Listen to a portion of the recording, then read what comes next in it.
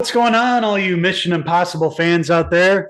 These two favorite wild secret agents are back once again. We're talking about the Mission Impossible franchise, all the films leading up until Dead Reckoning Part 1, which is coming out very soon here within the next couple of weeks of summer. And we're back to talk about the third installment, Mission Impossible 3, this time directed by J.J. Abrams. Mission Impossible 3.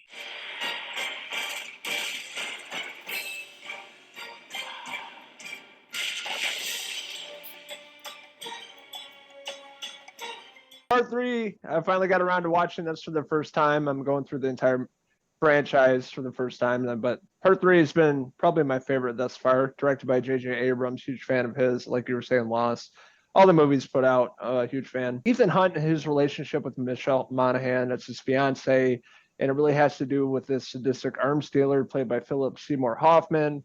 Beginning of the film is him holding his fiance captive, and he shoots, and it goes black, and then it really tells the story how they got there and what this Philip Seymour Hoffman villain character is all about. Very interesting take on the franchise. Ups the stakes, obviously, from the even the first two, but definitely from part two, which was just a one big action sequence, basically. So it has this emotional story, and the stakes are high for Ethan in this one with his fiance's life being on the line. So it means everything to Ethan, and that's really what drives the story. A memorable villain, Philip Seymour Hoffman. He was crushing it at this time. Had starred in a lot of really great movies. Delivered some powerhouse performances. He was in the prime of his career. Sadly, we know what happened to him. He passed away early. So very sad, but played a really memorable villain, and brought his gravitas to the role as Owen Davian. Michelle Monaghan, she played Julia Mead, which was Ethan Hunt's fiance in the film.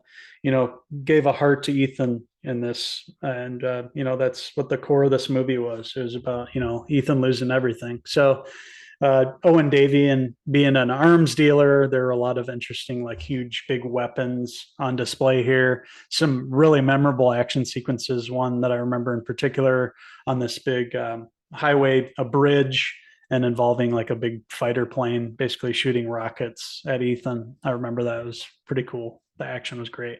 Yeah, the action in this movie is really kicked up a notch, from the last one. The last one was just cheesy. This movie's really well done.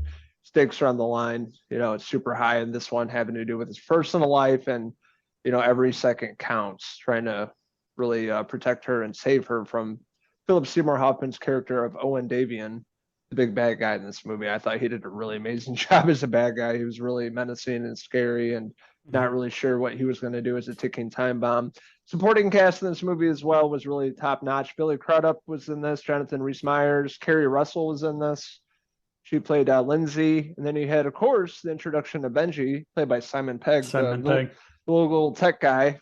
First introduction, no stranger to working with JJ, bringing him into this, and he's still in the franchise to this day. So introduction to Benji, helping out Ethan, of course, and then Luther's character as well.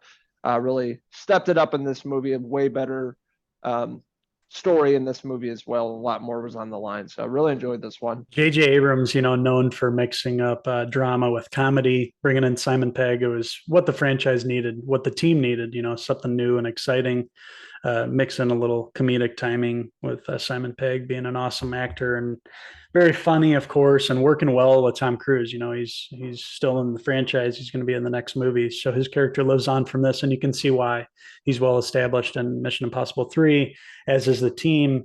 J.J. Abrams, bringing over a few familiar faces from people he'd worked with in the past. Kerry Russell was in this film as well in a small part.